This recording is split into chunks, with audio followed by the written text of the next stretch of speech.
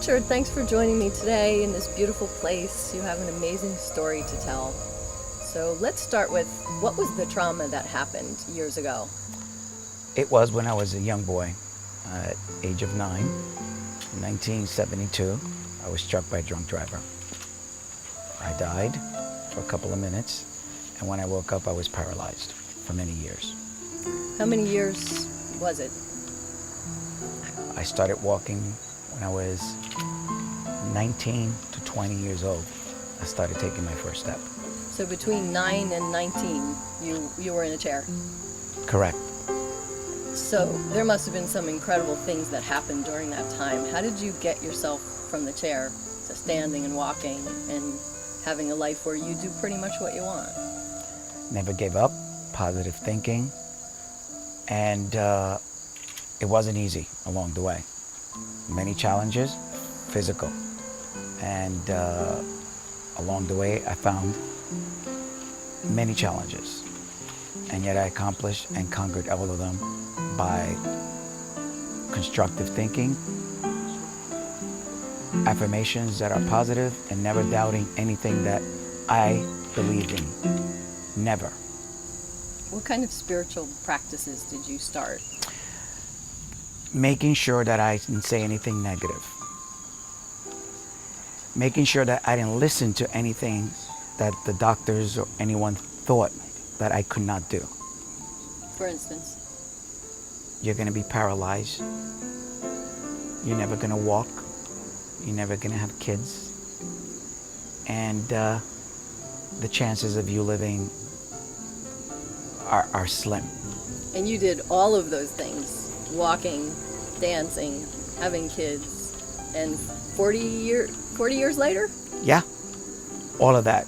To find out when I did come to a point where I picked myself up from the wheelchair and I was able to start stepping and walking on my own, found out that I had a blood transfusion, and back then they didn't really screen it, and so I got sick. And that was a challenge. And again, I did the same practices with the same mindset. How did you use chanting, and did you talk to your body? What did I you talked do? to my body. I loved my body. Instead of being angry, which you can't help in that position, frustrated because you can't walk or you have no chance of getting up and walking, I looked at the positive side of it, closed my eyes and visualized myself doing everything that I desire. Everything. Until the point of just feeling that I was part of it. And that's how I did what I did. Did you call on help from above, let's say? Yes, I did call on help from above all the time. It was a ritual every day. Just like we eat and we shower every day, it was a ritual every day. I placed my hands to my body parts. I talk to them. I send them love. I just send them messages. And the more I did that, the more I got and received. And I knew that I tapped into something. I didn't share it with too many people because it was not something really you can talk about. You have to experience it, and which I did. And now today, I understand you're studying Master Shah's work, and how does that fit into the whole picture of being well and healed? Well, Master Shah's teachings, studies came to me, and I found out along the way what I was doing was exactly what he's teaching now, but now I understand the dynamics about it a lot finer because he puts in perspective. So what I was doing, I was spiritually guided because I had no teacher. It was divine inspiration in order for me to get from point A to point B, which I did, and defied all the doctors and defied medicine. Paralytic, doesn't really make it to a point if the doctors say you can't be. And I say, I refuse to hear that. I'm going to be. It took a while. What are you excited about these days? That I learned through positive thinking and determination, you can do anything. You can do anything. Anything. It might not be to the degree that you might think it is, but in whatever degree it is, on whatever level, it's still doing it. Right. You might not do it the way someone else does it. As long as you do it the way you want to do it, it's still being done. Yeah. So they told you that your time was up and you weren't going to beat the odds, and you did. You went and you beat the odds. Yeah. Also, I did beat the odds. I beat the odds several times also. Lifting myself up in the wheelchair, I thought the dilemma and everything was over and I can get on with my life. And I was having a pretty good life until I became sick and I didn't understand what was going on. So I had some testing done to find out that in the early stages of my getting into the accident, I was given some blood transfusion, which is bad blood. And I became very, very ill. And I only had a couple of months to live. I had cancer of the liver, first cirrhosis, it turned into cancer. I was marked to only live less than a year. And hepatitis C is no joke. It just hit, boom. I didn't know about it. All the heps I have. So I started to get my ritual. And I was scared for a while, and I became 98 pounds until I saw that I was losing it. I was dying. Until I decided not to fear anymore. And one day at the window, I said, I'm giving this up. You didn't lift me up to put me back down. And I felt a liberation. It was beautiful. And from that moment, months after, weeks after, it just got better and better and better.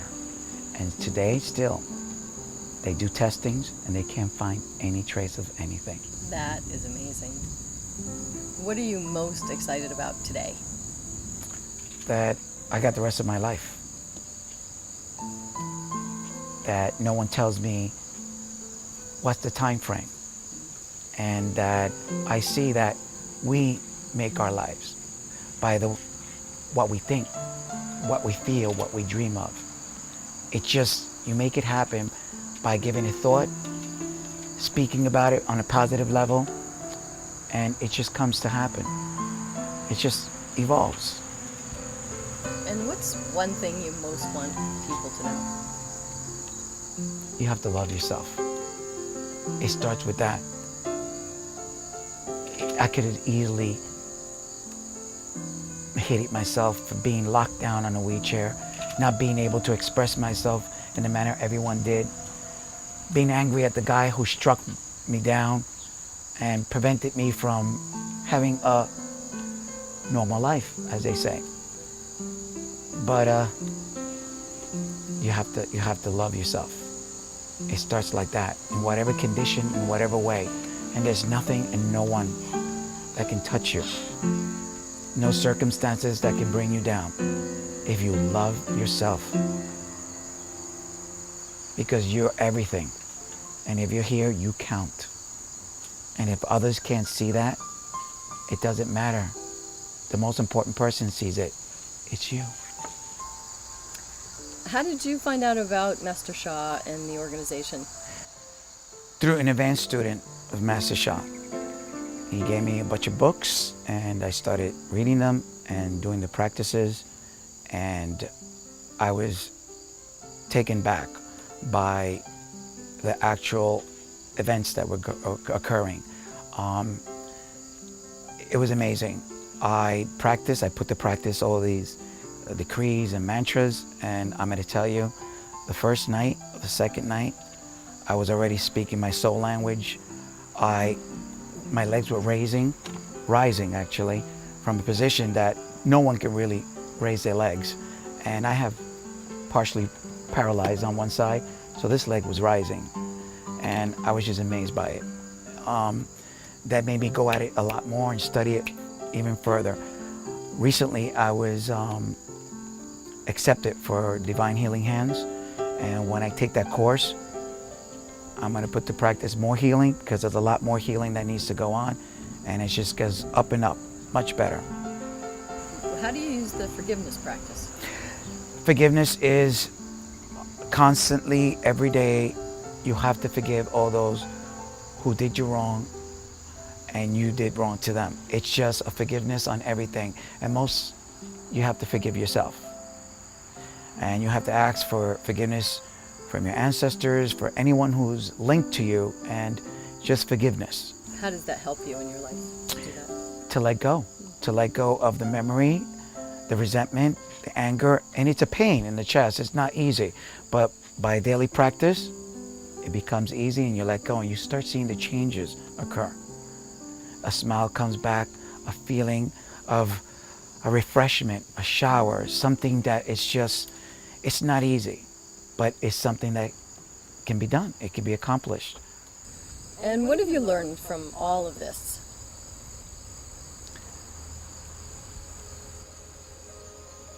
That the secret of life is to serve unconditionally.